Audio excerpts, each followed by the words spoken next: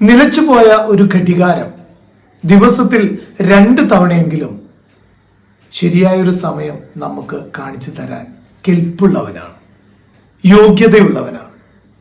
എന്ന് പറഞ്ഞു കഴിഞ്ഞാൽ കേടായി ചുമരിൽ കിടക്കുന്ന ആ ഘടികാരത്തിനും ദിവസത്തിൽ 2 തവണയെങ്കിലും ശരിയായ സമയം കാണിച്ചു തരാൻ കഴിയും എന്നുള്ളത് തന്നെയാണ്. ഒട്ടേറെ ബാക്ക് ബെഞ്ചിലായിട്ടുള്ള ഒരുപാട് കുട്ടികളെ കുറിച്ച് പണ്ട് കേൾക്കാറുണ്ട്. ഇന്ന് അത്തരത്തിലുള്ള കുട്ടികൾ ബാക്ക് ബെഞ്ചെന്നോ ഫ്രണ്ട് ബെഞ്ചെന്നോ ആ രീതിയിലേക്കുള്ള താരതമ്യമോ വ്യത്യാസപ്പെടുത്തലോ ഇന്ന് ക്ലാസ് മുറികളിൽ ഇല്ല.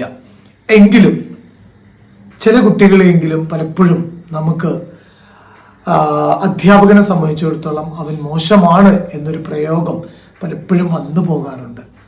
അപ്പോൾ നമ്മൾ ആലോചിക്കുന്നത് നിലച്ചുപോയ ഘടികാരങ്ങളെയാണ്. ആ ഘടികാരത്തിന് ദിവസത്തിൽ